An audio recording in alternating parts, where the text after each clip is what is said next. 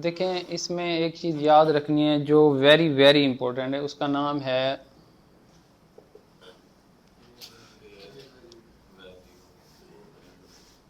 Fair value gap. Shortcut आप इसको FVG का नाम भी दे सकते हैं, मतलब FVG, फेयर वैल्यू गैप। और ये फेयर वैल्यू गैप क्या होता है, देखें ये एक कैंडल बनी है आप लोगों के पास ऐसे, ये एक दूसरी कैंडल बन गई है,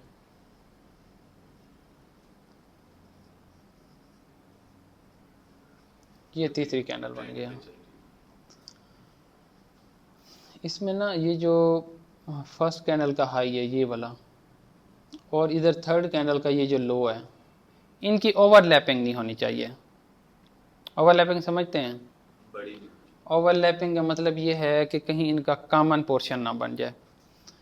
मतलब ये है कि कॉमन पोर्शन का मतलब ये है, मैं शॉर्टकट अगर ये इसकी एक लाइन लगा दूं और इसको मैं इस तरह फिलहाल नीचे ले आता हूं ऐसे, ये वाली इसका जो लो था इस लाइन को शॉर्टकट वर्ड में टच कर गया, ये टच ना करे, ना इसका हाई इसकी लाइन को टच करे, ना इसका इसके लो को टच करे। उनके बीच में जो वो बनता है गैप, उसे हम फेयर वैल्यू गैप। देखें अब ये मैं इसको ऐसे लगा देता हूँ, ये जो चीज़ होगी ना इसको हम क्या बोलेंगे, फेयर वैल्यू गैप। अगर इनकी ओवरलैपिंग हो जाती है ऐसे, ये टच कर गई इसको, या ये ऐसे इस तरह से टच कर जाती, तो वो फिर हमारे पास गैप ना कहलाता किसी भी एक कैंडल। हाँ, अब इसके पीछे ये गैप जो है ना इम्पोर्टेंट क्यों होता है उसकी मैं लॉजिक बता देता हूँ। इस पे ज़्यादातर एंट्री प्लान की जाती है फेयर वैल्यू गैप के ऊपर, किस बेस पे की जाती है। फ़िलहाल तो मैं इसको थोड़ा सा एक्सप्लेन कर देता हूँ कि फेयर वैल्यू इतना इंपॉर्टेंट क्यों होता है मार्केट में और इस पे एंट्री क्यों प्लान की जाती है। असल में ये जो फेयर वैल्यू गैप होता है, फर्स्ट कैंडल में जब हमने एक स्ट्रक्चर पढ़ा था इस कैंडल का, याद है? बुलिश कैंडल, वो सामने बना हुआ भी है स्ट्रक्चर। इस विक का मतलब क्या बताया था मैंने?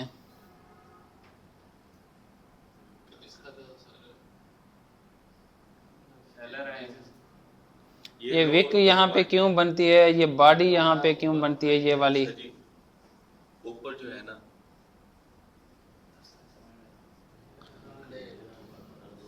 सही ये नीचे वाला जो है ना, वो है लो पॉइंट, बिल्कुल बिग का नीचे वाला, नीचे से और जो बॉडी की स्टार्ट है ना। यार मैं ये पूछ रहा हूँ कि ये विक जो है, ये विक क्यों बनती है?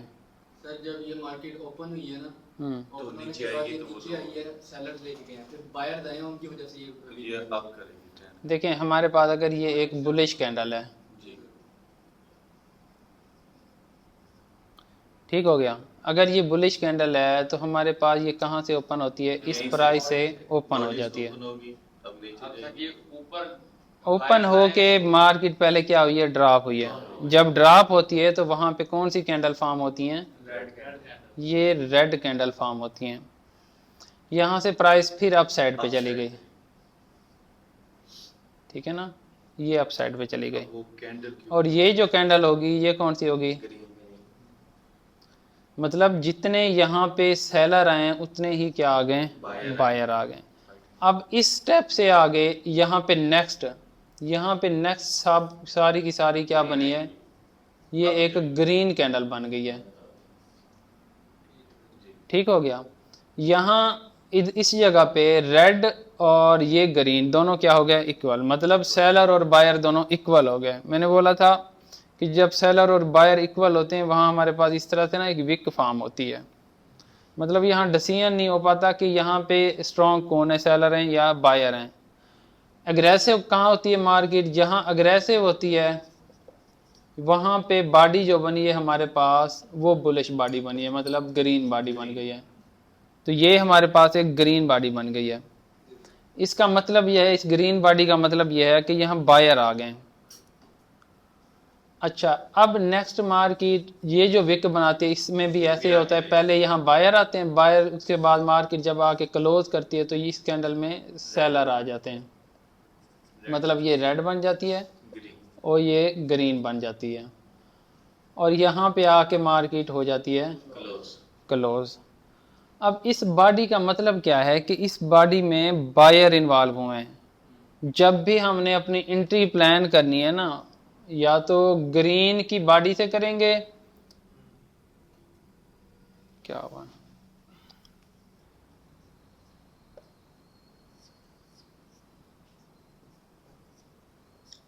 अब ये जो गैप होता है ना ये वाला, ये क्यों इंपॉर्टेंट होता है।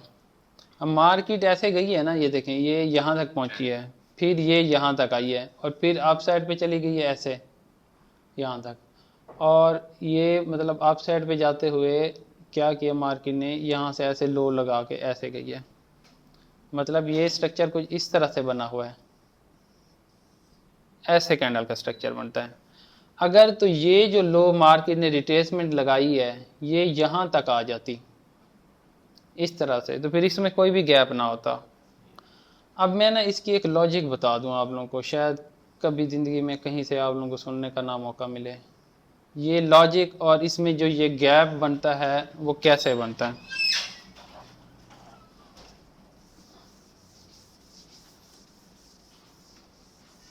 देखें आप लोगों ने ना इस मार्केट की हकीकत क्या है। मार्केट की हकीकत ये है कि एक कभी ज़िंदगी में ये चीज़ देखी होगी आप लोगों ने, ऐसे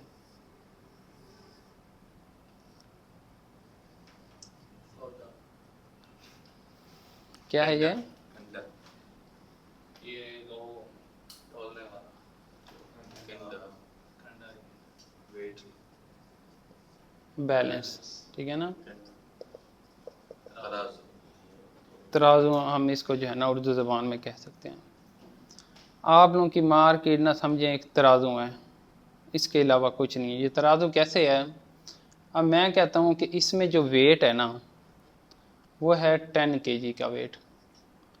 इसमें जो वेट है वो क्या है, 10 kg वेट है। या आप दूसरे नंबर पे दे सकते हैं कि इधर आप लोगों के पास सप्लाई है, यहाँ पे डिमांड है। सप्लाई और डिमांड ये दोनों एक ही लाइन पे हैं। प्राइस जो है ना असल में ये जो है समझें बैलेंस है, ये आप लोगों के पास बैलेंस लाइन है, ठीक हो गया। अब एक कॉमन सेंस की बात है, मैं क्या करता हूँ, मैं ये करता हूँ कि इसमें 10 kg इंक्रीज कर देता हूँ। अब अगर मैं इस 10 kg को इंक्रीज करूं तो ये मैं कहता हूं कि मेरा ये वाली जो लेंथ है कितनी नीचे आ जाती है, 10 सेंटीमीटर नीचे आ जाती है। हम अपनी तरफ से सपोज कर रहे हैं 10 kg बढ़ाने से ये इतनी लेंथ क्या हुई, 10 सेंटीमीटर नीचे आ गई। अब ये तराजू पहुंच आया हमारे पास इस जगह पे। अब अगर ये तराजू यहाँ पहुंच जाया तो फिर ये कहाँ जाएगा, ये कितना ऊपर जाएगा, जितनी लेंथ से मार्केट ये मतलब नीचे आई है ये तराजू, सेम उतनी लेंथ से ये 10 सेंटीमीटर ऊपर जाएगा। अब मुझे एक चीज़ आप लोगों ने बतानी है। अब ये जो इसकी प्राइस है, अब आप लोगों के माइंड में ना वो मार्केट का स्ट्रक्चर होना चाहिए। अब ये तराजू पहले तो था बैलेंस, अब ये क्या हो चुका है, अनबैलेंस। ये अब अनबैलेंस। पहले देखें ये ऐसे था, एक ही लाइन पे था दोनों। अब जब एक प्राइस मतलब मार्केट यहाँ पे आई है, दूसरी कहाँ चली गई है, यहाँ पे चली गई है। मुझे ये बता सकते हैं कि दोबारा बैलेंस कैसे हो सकता है, इसमें क्या पॉसिबिलिटी है। अगर ट्रेंड वाली साइड पे जो हमें ना वो मतलब यहाँ से वो सप्लाई निकाल लें, जो 10 kg इजाफी डाली थी हमने, वेट डाला था, अगर हम निकाल लेते हैं तो ये दोबारा इस जगह पे आ जाएगा। ये सारे प्राइस है, ये सारी की सारी गेम ही प्राइस की है। प्राइस या तो आप लोगों को बैलेंस मिलेगी या अनबैलेंस मिलेगी। देखें दुनिया में ना जितनी भी चीजें हैं, जितनी भी चीजें हैं उनकी ना दो स्टेट हैं। कौन कौन सी हैं वो, रेस्ट, मोशन। इसके अलावा कोई ऑप्शन है, कोई चीज दुनिया में जो भी चीज है या तो रेस्ट की हालत में है या मोशन की। अच्छा दूसरी चीज हमने ये पढ़ी है, जो चीज रेस्ट की हालत में है ना अपने आप को मोशन की हालत में लेके आना चाहती है, और जो चीज मोशन में है वो अपने आप को स्टेबल करना चाहती है। जिसे हम स्टेबिलिटी बोलते हैं।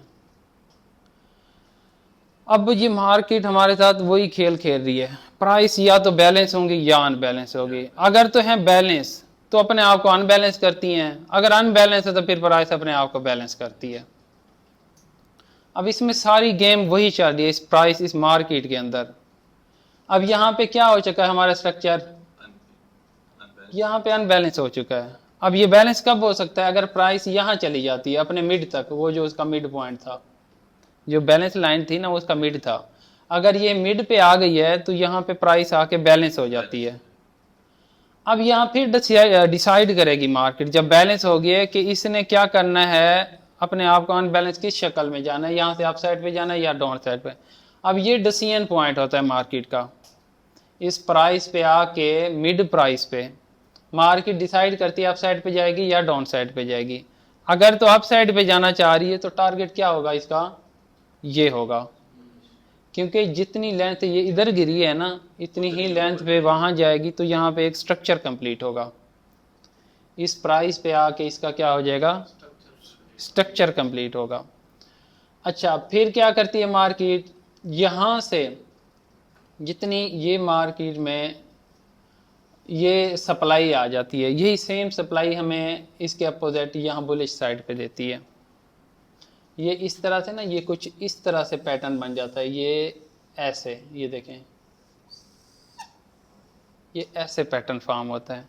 और ये पैटर्न किस चीज़ का है, यहाँ से प्राइस क्या होती है, ये जो पॉइंट है हम कहते हैं कि हमारी प्राइस यहाँ से ओपन हुई है, यहाँ आके लो लगाया है, फिर हाई चली गई है और इधर आके क्लोज हो गई है।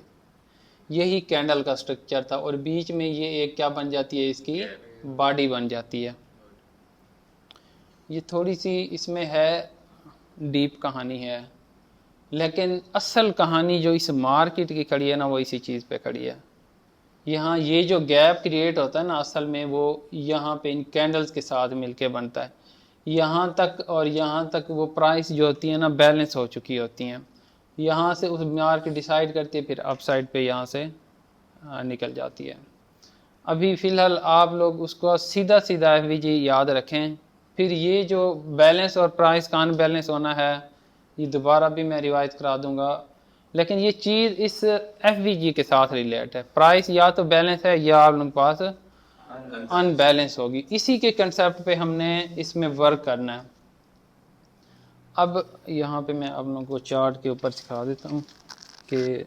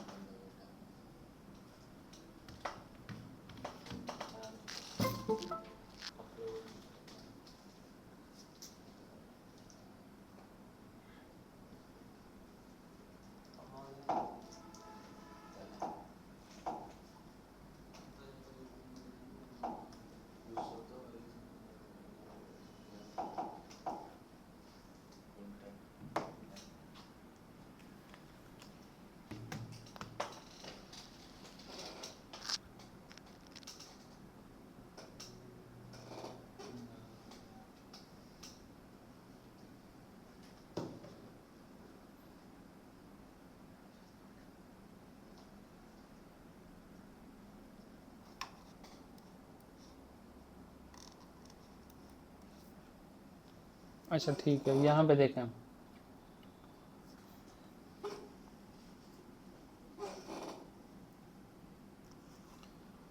इसका ब्राइटनेस वाला सीन ख़त्म हुआ पड़ा है।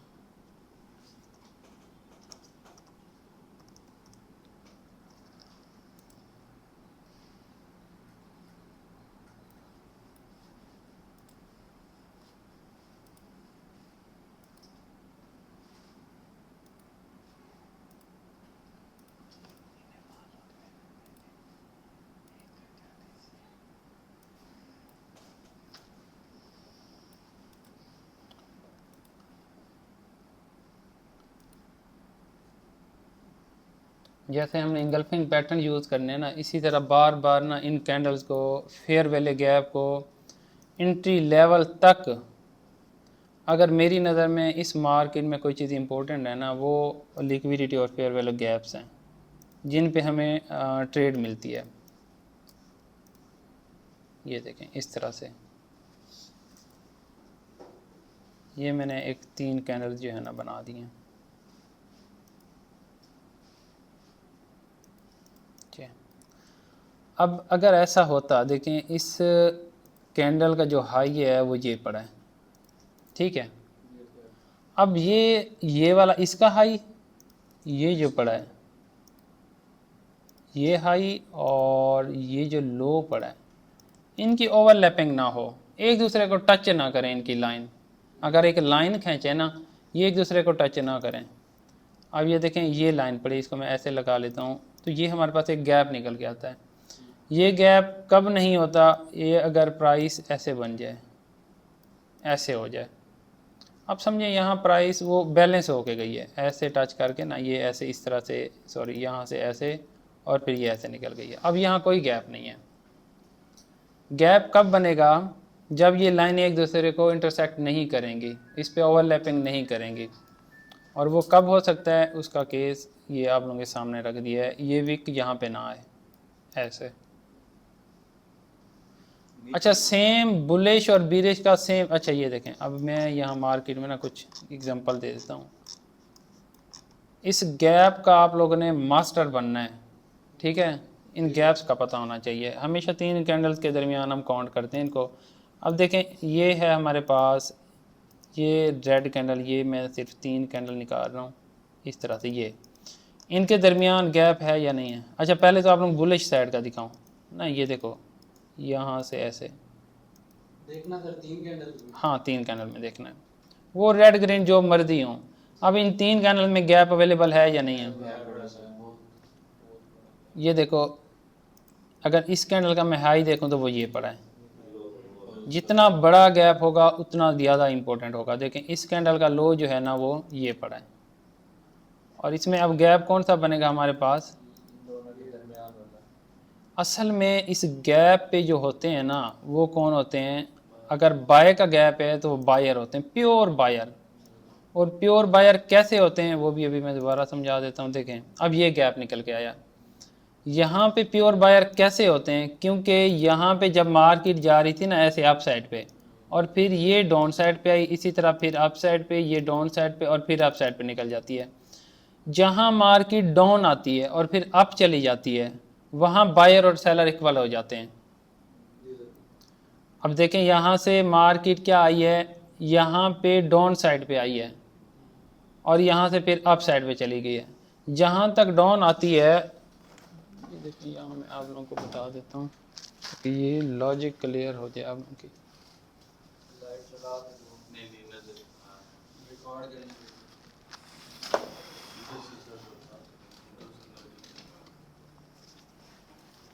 लाइट ऑन कर दें, अगर इधर तरह घुमा दें इसको।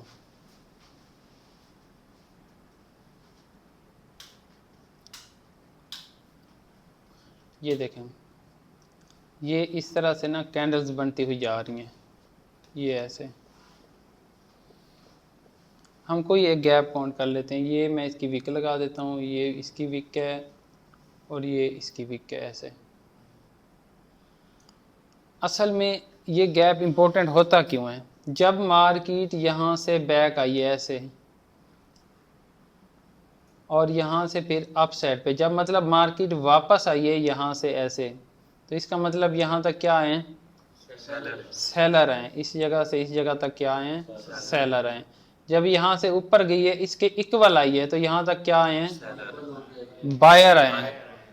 मतलब ये बाय और सेल यहाँ पे समझें इक्वल तादाद में है। अब जहाँ मार्केट एग्रेसिव हुई है कि एक ग्रीन बॉडी बन गई है, तो वहाँ प्योर बायर लगे हुए हैं। कहाँ तक बायर हैं, जहाँ तक मार्केट अगेन वापस आई है। अगर मैं कहता हूँ यहाँ तक वापस आई है, तो इसका मतलब इस जगह से यहाँ तक ये फिर सेलर आए हैं इस मार्केट में, और यहाँ से फिर अप साइड में वो क्या आए हैं, बायर आए हैं, और यहाँ से फिर एक ग्रीन बॉडी बनी हुई है। अब यहाँ में असल में तो ये होता है कि ये जो रिट्रेसमेंट है और ये जो रिट्रेसमेंट है, यहाँ बायर और सेलर इक्वल हैं। बायर असल में कहाँ बैठे हैं, इनके बीच में एग्रेसिव बायर आए थे जिसको हम गैप का नाम दे रहे हैं। ये होता है असल फेयर वैल्यू गैप, जहाँ से मार्केट आके टच करके इस तरह से हमें ट्रेड प्रोवाइड करती है। इस गैप को, इसमें ये होता है कि यहाँ पे सेलर, यहाँ बायर, तो यहाँ पे ये चीज़ इफेक्ट नहीं डालती मार्केट में क्योंकि बायर और सेलर इक्वल बैठे हैं। जहाँ एग्रेसिव बायर आए हैं वहाँ पे एक ग्रीन बॉडी बनती है और वही मार्केट में फिर पंप या डंप के लिए जो है ना वो हमारे पास बेस बनती है उसका। ये होता है हमारे पास एक रियल फेयर वैल्यू गैप जो कि मार्केट में बहुत वर्क करता है। मैं इसी चीज़ को ना उधर चार्ट पे भी समझा देता हूँ आप लोगों को।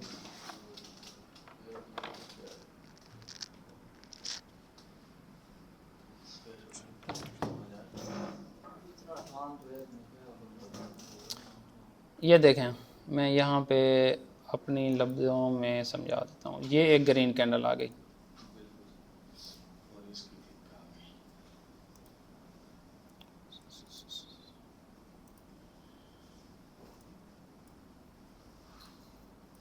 ये ग्रीन बन गई। इसके ऊपर हम एक विक भी लगा देते हैं इस तरह से। क्या हो गया, एक ग्रीन कैंडल ये बनी हुई है, मैं दूसरी ग्रीन यहाँ से ऐसे बना देता हूँ। ये एक और ग्रीन आ गई ऐसे।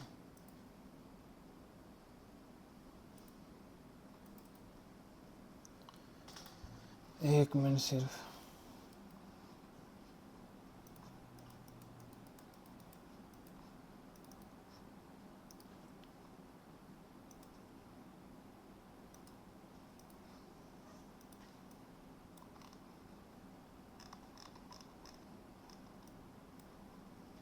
देखें अब ये एक गैप है हमारे पास। यहाँ से ना ऐसे मार्केट जा रही है अप साइड पे, यहाँ से आई है बैक और फिर यहाँ अप साइड पे चली गई है। अब यहाँ तक रिवर्सल दिया है मार्केट ने इधर तक, यहाँ से फिर अप साइड पे चली गई ऐसे। और मार्केट ने जो हमें ट्रेड प्रोवाइड की है, देखें यहाँ इधर तक जब मार्केट वापस आई है,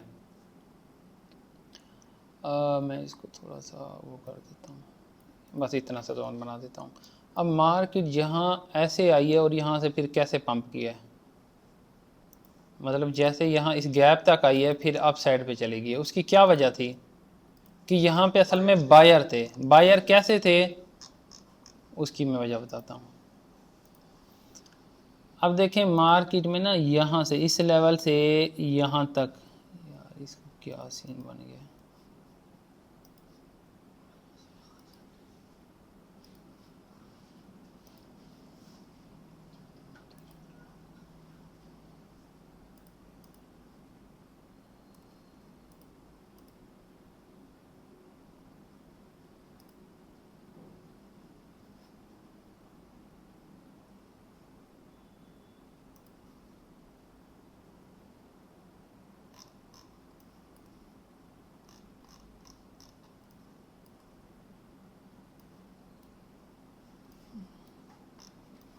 ये वाला जोन था।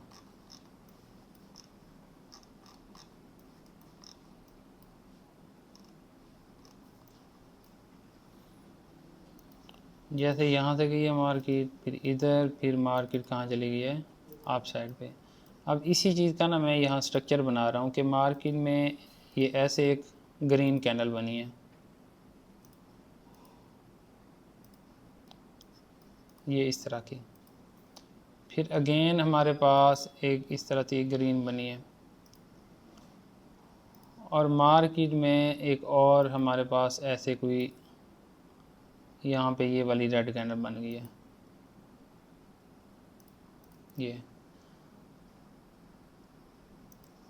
ये इस तरह से स्ट्रक्चर बना है मार्केट का, अप साइड पे फिर डाउन साइड पे और फिर अप साइड पे। इस तरह आई है मार्केट ने और यहाँ से ये अप साइड पे गई है पहले, फिर इस गैप को टच किया और फिर इस तरह से मूव कर गई है। अब ये वो वाला गैप था जो वेरी वेरी इंपॉर्टेंट था। इसमें असल में क्या इन्वॉल्व हुए थे, यहाँ पे बायर इन्वॉल्व हुए थे इस लेवल पे। उसकी लॉजिक क्या थी कि जब मार्केट यहाँ से नीचे आई है तो यहाँ क्या थे सेलर, अप साइड पे गई है तो क्या है यहाँ पे बायर। अब बायर और सेलर इक्वल किस पॉइंट पे हुए हैं, इस प्राइस पे इक्वल हो गए हैं ये इस लेवल तक। अब जब मार्केट यहाँ से अगेन, ये देखें यहाँ से जब अगेन मार्केट वापस आई है, यहाँ तक आई है और फिर अप साइड पे चली गई है, तो उस लो तक ना वो क्या होता है हमारे पास बायर और सेलर इक्वल हो जाते हैं। फाइल करें, इसने यहाँ तक कोई लो लगाया है, ये देखें मार्केट यहाँ से जैसे जा रही थी ना, यहाँ से लो लगा के विक के साथ फिर मार्केट अप साइड पे चली जाती है। जैसे अप साइड पे जाती है ये हमारे पास एक गैप क्रिएट हो जाता है, उसी गैप को मार्केट क्या करती है फिर आके टच करती है और टच करके फिर अप साइड पे चली जाती है। अब ये गैप इसलिए इम्पोर्टेंट होता है कि वहाँ पे जो प्योर बायर होते हैं ना वो इन्वॉल्व होते हैं, एग्रेसिव बायर इन्वॉल्व होते हैं। अब देखें जैसे यहाँ पे एक गैप पड़ा है इन दो कैंडल के दरमियान, इसका हाई और इसका हाई देखें, इनमें कोई ओवरलैपिंग नहीं है, ठीक है, यहाँ गैप मौजूद है। सिर्फ आप लोगों ने मास्टर बनना है इस गैप का, फिलहाल आप लोगों ने मास्टर बनना है सिर्फ उस स्ट्रक्चर का। अब देखें यहाँ पे क्या हुआ है, मार्केट अप साइड पे गई, यहाँ डाउन आई, फिर यहाँ से यहाँ तक विक लगा के ये अप साइड पे चली गई। अब ये ऐसे तो नहीं आई ना, ये यहाँ तक अगर हो के जाती तो यहाँ कोई गैप नहीं था, ये हमारे पास यहाँ तक फिल करके गई है उस गैप को। उसके बाद ये यहाँ से लेकर यहाँ तक कोई ओवरलैपिंग नहीं है, इनमें कोई कॉमन एरिया नहीं है। तो जैसे मार्केट यहाँ आई है इस जोन में, देखें मार्केट क्या होती रही है, रिजेक्ट होती रही है। उसकी वजह क्या थी, उसकी वजह ये थी कि यहाँ पे बायर इन्वॉल्व हुए थे, प्योर एग्रेसिव बायर आए थे। एग्रेसिव बायर की पहचान फिर कैसे करनी है वो फिर बाद की कहानी है। फिलहाल आप लोगों ने फेयर वैल्यू गैप की पहचान रखनी है कि फेयर वैल्यू गैप क्या चीज़ है, और इसी तरह से ही एक्सप्लेनेशन मुझे आप लोगों ने देनी है जैसे मैंने समझाया है कि यहाँ पे सिर्फ ये जो बॉडी मार्क कर रहे हैं इसका क्या मतलब है, मार्केट यहाँ बैक आती है इसका क्या मतलब है। तो ये ऐसे ही मुझे आप लोगों ने फिर एक्सप्लेन करके देना है। क्लोज कर दो।